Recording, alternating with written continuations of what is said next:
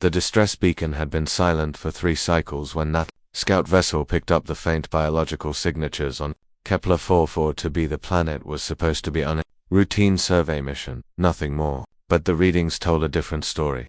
Just atmospheric interference, she muttered to herself, adjusting the scanner. The readings persisted. Multiple life forms, small and clustered, approximately 2 kilometers from her landing site. One's voice crackled through the comm system from the orbital station. Nat, you seeing those readings? Command says pull back if there's indigenous life. Protocol, I know the protocol, Natalie interrupted, already checking her environmental suit. But these readings are weak, could be injured. I'm just going to take a look. That's what you said about the crystalline entities on Tau Ceti, and we saved them, didn't we? She smiled despite herself. Juan had been her comm operator for 3 years now, and he knew her too well. Besides, you're all the way up there. What are you going to do? Lecture me through subspace? His sigh was audible even through the static. Just be careful, and keep the channel open. The forest was unlike anything in Earth's databases. Trees with silver bark stretched toward a purple sky, their leaves shimmering with bioluminescence as the system's twin suns began to set. Natalie's boots crunched on the crystalline undergrowth. As she followed her scanner toward the life signs, she found them in a hollow beneath an enormous root system. 6 creatures, furred and huddled together. They resembled Earth's foxes, but larger, with 6 legs each, and eyes that reflected her headlamp in shades of amber and gold. 5 were clearly juveniles, no bigger than house cats. The 6th, presumably their mother, lay motionless at the edge of the hollow, her breathing shallow. Juan, are you getting this feed? Holy Nat, those are amazing. But the adult looks dying. Yeah, I see it. Natalie knelt slowly, extending her scanner. The cubs pressed against their mother, making small chirping sounds that twisted something in Natalie's chest. The mother had a deep wound along her flank, already infected with something the scanner couldn't identify. Hours, maybe less. The cubs would freeze before morning. The temperature was already dropping, and their mother's body heat was fading. Protocol says, observe and document. One reminded her gently. Protocol was written by people who never had to watch children die, Natalie replied. She was already unclipping her thermal blanket from her pack. It was designed to reflect and retain body heat, standard issue for emergency situations. She had another in the ship.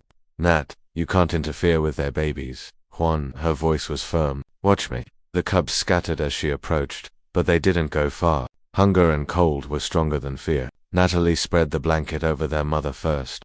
Then slowly, carefully, extended it toward the hollow where the cubs huddled. One of them, braver or more desperate than the others, crept forward. It sniffed the blanket, then looked up at Natalie with those huge, luminous eyes. She stayed perfectly still. The cub crawled under the blanket's edge, then another, and another. Within minutes, all 5 had burrowed under the thermal covering, pressing against their mother's fading warmth. Natalie settled herself against the root system, watching. She wouldn't leave them. Not tonight. You're going to stay there all night, aren't you? One asked. Seems like you're impossible.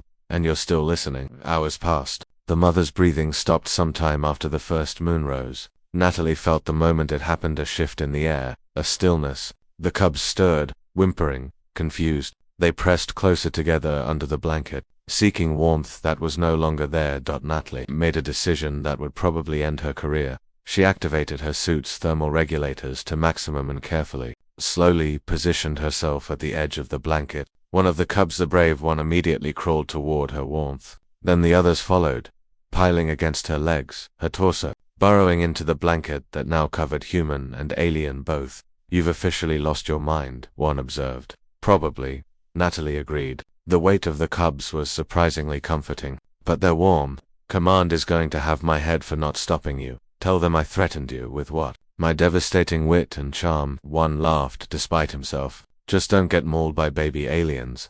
The night deepened. The forest sang with sounds Natalie couldn't identify. The cubs shifted and squirmed, finding the best spots in the cocoon of reflected heat. One, the smallest, kept crawling higher, eventually settling on Natalie's shoulder. She didn't have the heart to move it by the time it reached her head, curling up in the curve of her neck and skull like the universe's weirdest hat. She'd given up on protocol entirely. One, you getting this? I am, and I'm never letting you forget it. You have an alien baby on your head. It's keeping my ears warm. That's going in my report. You wouldn't dare. Morning came slowly, the twin suns painting the silver forest in shades of rose and gold. The cubs stirred, chirping softly. They seemed confused by the presence of the strange, warm creature they'd spent the night with, but not afraid. The one on Natalie's head yawned, displaying needle-sharp teeth, before settling back down. So, Juan said carefully, "What's the plan now?" Natalie looked at the 5 cubs under her blanket and the one using her as a pillow. She thought about protocol, about non-interference, about all the rules she'd just shattered. "I'm going to need you to file some paperwork," she said finally. "A lot of paperwork, oh no. Oh yes. Contact the Xenobiology Division. Tell them we're going to need an emergency xeno-adoption protocol. And a bigger ship. Natalie, they're orphans. One, we made them orphans by being here, whether we touched them or not. Humanity doesn't abandon its children." She paused. "Even the fuzzy 6-legged ones with really sharp teeth." There was a long silence. "Then you know what? Command can court-martial us both. Start gathering those cubs. I'm coming down with the shuttle."